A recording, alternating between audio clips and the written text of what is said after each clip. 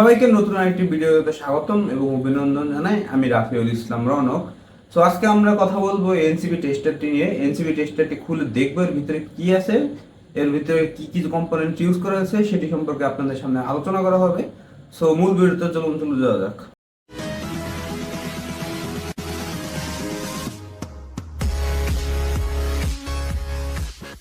হাতে যে ডিভাইসটি দেখতে পাচ্ছেন এটির নাম হচ্ছে এনসিবি টেস্টার বা নন কন্ট্যাক্ট ভোল্টেজ টেস্টার।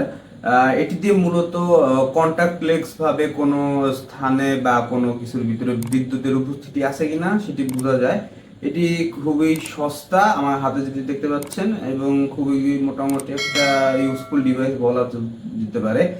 দাম নিয়েছিল 180 টাকা। এটিকে আমরা এখন খুলবো, চলুন। খুলে দেখানোর আগে এর প্রিন্সিপাল দিয়ে আপনাদের সামনে উপস্থাপন করি। আপনারা সরাসরি জাস্ট এটি চালু করে যদি আপনার যে জায়গায় বিদ্যুৎ মাপতে চান সেখানে আশেপাশে কিংবা সেই সকেটে না ঢুকিয়ে দিয়ে এর আশপাশ থেকে এর বিদ্যুতের উপস্থিতি আছে কিনা সেটা টের পেতে পারেন। আর যদি সন্দেহ থাকে সেক্ষেত্রে আমি আবার নিয়ন টেস্ট ইউজ করে দেখতেছি এখানে ফেজ লাইন আছে কিনা। হ্যাঁ, এটার ভিতরে কিন্তু ফেজ লাইন আছে। সো এটা খুলতে চাইলে সর্বপ্রথম উপরে যে কেস রয়েছে এখানে যে ওপেন লেখা, এই ওপেন লেখা কেসটি খুলে নেবেন। ওপেন লেখা কেসটি খুলে এভাবে টান দিলে কিন্তু খুলে আসবে। এটিতে পাওয়ার হিসেবে ইউজ করা হয়েছে ট্রিপলি সাইজের দুটি পেন্সিল ব্যাটারি।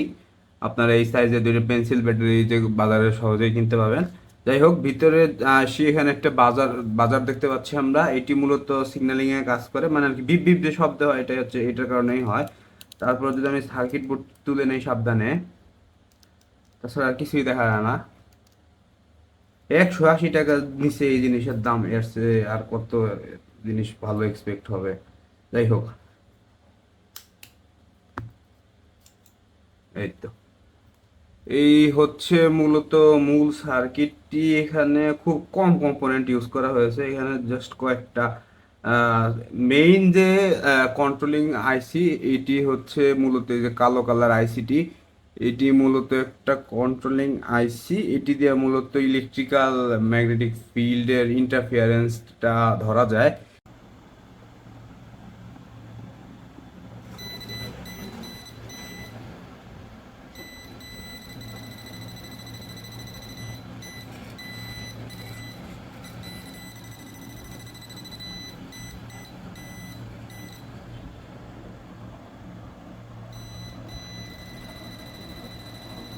এটা ম্যানুয়ালিও বানানো যায়, অনেকে আবার দেখি ইন্টারনেটে দেখি যে এটা ম্যানুয়ালি ইউজ করে।